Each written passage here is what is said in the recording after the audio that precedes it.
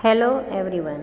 आज आपको आरोह गद्य खंड का पार्ट 2 कृष्णा सोबती का मियां नसरुद्दीन नामक पाठ की रीडिंग भेजी जा रही है।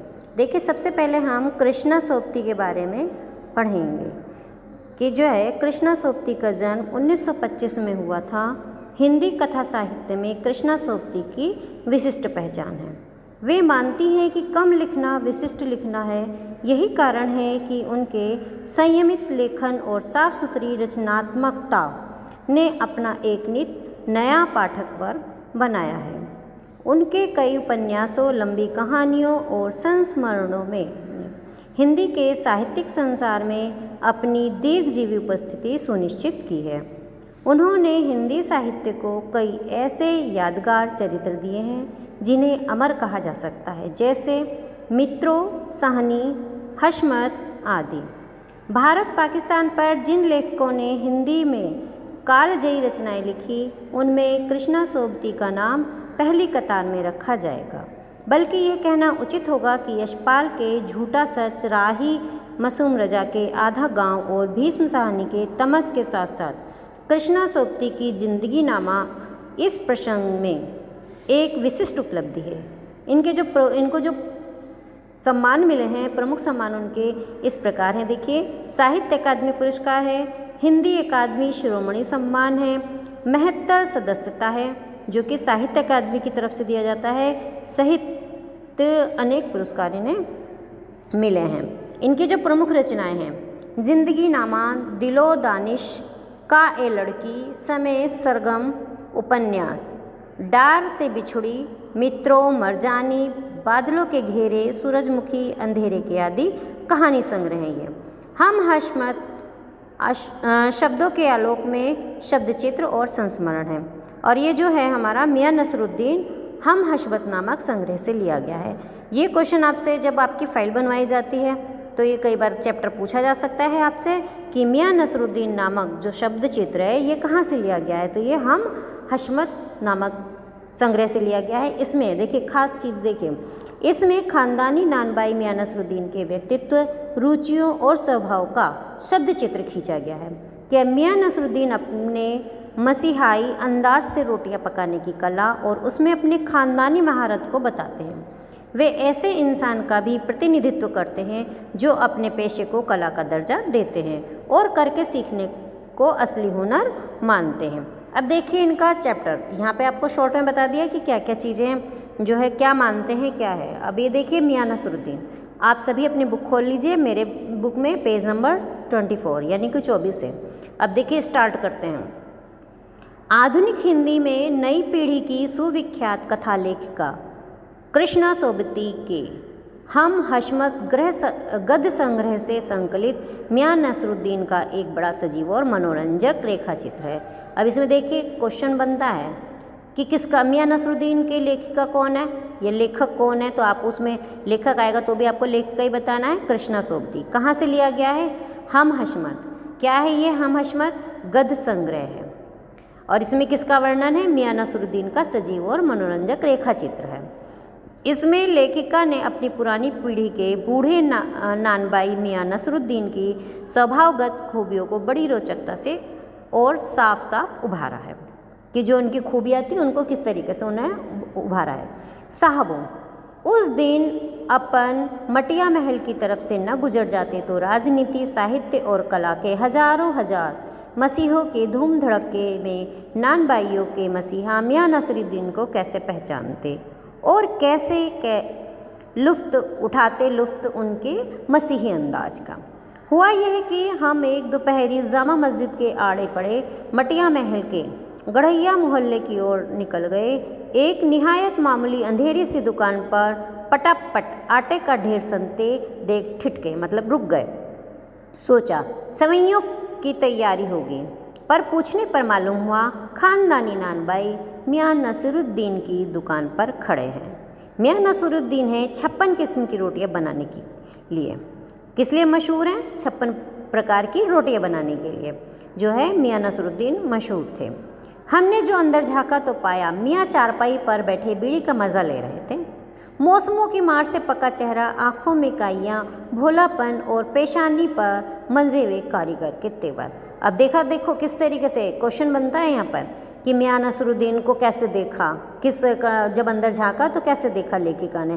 तो उसने क्या पाया था कि मियाँ नसरुद्दीन आराम से चारपाई पे खुद तो लेटे हुए थे, मौसमों की मार है मतलब उम्र अच्छी हो रही थी उनकी, पक्का चेहरा दिखाया ना, आँखों में काइयाँ, भोलापन और पेशानी पर मंजे हुए, मतलब बहुत समय से वो काम करते हुए, कि बहुत समय हो गया था उन्हें इसी काम में लगे हुए। हमें गाहक समझ मियाँ ने नज़र उठाई, ऊपर नज़र उठा के पूछा, फरमाइए। झिझक से बोले, आपसे कुछ एक सवाल पूछने हैं, आपको वक्त हो तो क्या कहा उन्होंने लेखिका ने? उन्होंने कहा कि हमें आपसे कुछ सवाल पूछने हैं, अगर आपको समय है तो बता दीजिएगा। मियाँ नसरुद्दीन ने पंच हजारी अंदाज में सिर हिलाया, निकाल लेंगे थोड़ा वक्त, पर यह तो कहिए आपको पूछना क्या है। फिर घूर कर देखा और जोड़ा, मियाँ कहीं अखबार नवीस तो नहीं हो, कि कहीं तुम अखबार वाले तो नहीं हो? ये तो खोजियों की खुरापात है, हम तो अखबार बनाने वाले और अखबार पढ़ने वाले दोनों को ही निठल्ला समझते हैं। हाँ, कामकाजी आदमी को इससे क्या काम है। खैर, आपने यहाँ तक आने की तकलीफ़ उठाई ही है तो पूछिए क्या पूछना चाहते हैं। उसने फिर जैसे उसने पूछा कि जो है आपको समय, तो मियाँ नसरुद्दीन ने सिर हिला दिया और कह दिया थोड़ा वक्त निकाल लेंगे, लेकिन ये बता दीजिए आप कहीं प्रेस रिपोर्टर वगैरह तो नहीं है, मतलब अखबार वाले, प्रेस वाले। तो उन्होंने कहा कि हम तो जो है जो भी अखबार पढ़ता है और जो भी अखबार बनाते हैं, बनाने वालों को हम दोनों को ही निकम्मा समझते हैं कि इनके पास कुछ काम नहीं है, कि ये तो खाली बैठे लोगों का काम है। अब देखिए आगे नेक्स्ट पेज नंबर 24। इसके बाद हम आ गए पेज नंबर 25 पर। अब देखिए इसमें पूछना यह था, किस्म किस्म की रोटियां पकाने का इल्म आपने कहाँ से हासिल किया?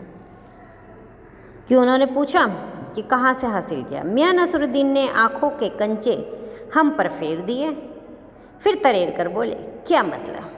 पूछिए साहब, नान भाई इल्म लेने कहीं और जाएगा क्या? नगीना साज के पास, क्या आईना साज के पास, क्या मीना साज के पास, या रफूगर, रंगरेज या तेली तबोली के से सीखने जाएगा? क्या फरमा दिया साहब, ये तो हमारा खानदानी पेशा ठहरा। हाँ, इल्म की बात पूछिए तो जो कुछ भी सीखा अपने वालिद उस्ताद से ही। मतलब यह कि हम घर से न निकले, न कोई पेशा अख्तियार करेंगे, जो बाप दादा का हुनर था वही उनसे पाया, और वालिद मरहूम के उठ जाने पर आ बैठे उन्हीं के ठिए पर। अब देखिए उन्होंने पूछा था कि भाई ये आप इल्म, मतलब ये जो है आपने रोटी पकाने की कला कहाँ से सीखी? तो उन्होंने कहा कि हम कहीं और जाएंगे क्या पूछने सीखने? भाई ये तो हमारा खानदानी पेशा है, हम किसी के पास सीखने नहीं जाएंगे, तुमने अपने बाप दादा से ही सीखा है। आपके वालिद। मियाँ नसरुद्दीन की आंखें लम्हा भर को किसी भट्टी में गुम हो गई, लगा गहरी सोच में है। फिर सिर हिलाया, क्या आंखों के आगे चेहरा जिंदा हो गया? हाँ, हमारे वालिद साहब मशहूर थे मियाँ बरकत शाही नानबाई गढ़इये वाले के नाम से, और उनके वालिद यानी कि हमारे दादा साहिब थे आला नानबाई मियाँ कल्लन। अब देखिए यहाँ से क्वेश्चन क्या बना, खुद सोचिए। देखिए कि नसरुद्दीन के पिता का क्या नाम था, वालिद मतलब पिता का क्या नाम था, बरकत शाही, और जो दादा का क्या नाम था वो था कल्लन, मियाँ कल्लन। अब आगे देखिए पेज नंबर 26। आपको इन दोनों में से किसी की भी कोई नसीहत याद हो? नसीहत काहे की मियाँ, काम करने से आता है, नसीहतों से नहीं। हाँ, वज़ा फरमाया है, पर यह तो बताइए कि जब आप, हमने भट्टी की ओर इशारा किया, ब्रैकेट में लिखा हुआ है देखो, जब आप इस काम पर लगे तो वालिद साहब ने सीख के तौर पर कुछ तो कहा होगा। नसरुद्दीन साहब ने जल्दी 2-3 कश खींचे, मतलब क्या पे, फिर गला साफ किया और बड़े अंदाज से बोले, अगर आपको कुछ कहलवाना ही है तो बताए देते हैं। आप जानो, जब बच्चा उस्ताद के यहाँ पढ़ने बैठता है तो उस्ताद कहता है कह अलिफ, बच्चा कहता है अलिफ, कह बे, बच्चा कहता है बे, कह जीम, बच्चा कहता है जीम। अब ये देखिए, ये अलिफ बे पे जी, ये जो हैं, जैसे हमारे अक्षर होते हैं क ख ग या ए आ ई, जैसे इंग्लिश के होते हैं ABCD, उसी प्रकार से उर्दू के ये अक्षर होते हैं अलिफ बे पे ते जीम। ठीक है। इस बीच उस्ताद जोर का एक हाथ सिर पर धरता है और शागिर्द चुपचाप परवान करता है। समझे साहिब, एक तो पढ़ाई ऐसी और दूसरी। बात बीच में छोड़ सामने से गुजरते मीर साहब को आवाज़ दे डाली, कहो भाई मीर साहिब, सुबह ना आना हुआ, पर क्यों? अब इन्होंने जो दिया था कि फिर उन्होंने कि जैसे कि पढ़ाना सिखाते हैं, वैसे एक तो पढ़ाई ये हो गई कि जो हम पढ़ा रहे हैं वो पढ़ रहा है, और एक दूसरी तरीके की, फिर उसने बीच में इतने दूसरे को आवाज़ मार दी। आप दूसरी पढ़ाई की बाबत कुछ कह रहे थे ना? फिर पूछा। इस बार मियाँ नसरुद्दीन ने यूँ सिर हिलाया कि सुकरात हो, या एक दूसरी पढ़ाई भी होती है। सुनिए, अगर बच्चे को भेजा मदरसे तो बच्चा न कच्ची में बैठता है, न बैठा वह पक्की में, न दूसरी में, और जा बैठा तीसरी में। हम ये पूछेंगे कि उन 3 जमातों का क्या हुआ उन 3 क्लासों का। कह रहे हैं कि अगर हमने बच्चे को मदरसे में भेजा, मतलब जैसे हमारे स्कूल होते हैं, विद्यालय होते हैं, उसी प्रकार के इनके अपने मदरसे होते हैं, तो उन्होंने कहा कि ना तो वो कच्ची में बैठा ना पक्की में बैठा, सीधे वो तीसरी क्लास में, दूसरी में भी नहीं बैठा, डायरेक्ट तीसरी क्लास में बैठ गया, तो क्या होगा कि उन 3 क्लासों का क्या होगा। अपना ख्याल था कि मियाँ नसरुद्दीन नानबाई अपनी बात का निचोड़ भी निकालेंगे, पर वे हम ही पर दागते रहे। आप ही बताइए, उन 2-3 जमातों का क्या हुआ क्या? ये बात मेरी समझ के तो बाहर है। इस बार शाही नानबाई मियाँ कल्लन के पोते अपने बचे खुचे दांतों से खिलखिलाकर हंस दिए। मतलब मेरा क्या साफ न था? लो साहिबो, अभी साफ हुआ जाता है, जरा सी देर को मान लीजिए। हम बर्तन धोना ना सीखते, हम भट्टी बनाना ना सीखते, भट्टी को आंच देना ना सीखते, तो क्या हम सीधे सीधे नानबाई का हुनर सीख जाते हैं? उन्होंने कह दिया कि अगर हम ये छोटे छोटे काम ना सीखते तो क्या हम सीधे ही नानबाई बन जाते, सीधे ही कलाकार कोई बन जाते? मियाँ नसरुद्दीन हमारी ओर कुछ ऐसा किए कि उन्हें हमसे जवाब पाना हो। फिर बड़े ही मज़े अंदाज में कहा, कहने का मतलब साहिब यह है कि तालीम भी बड़ी चीज़ होती है। सिर हिलाया है साहिब माना। मियाँ नसरुद्दीन जोश में आ गए। हमने न लगाया होता खोमचा तो क्या आज क्या यहाँ बैठे होते?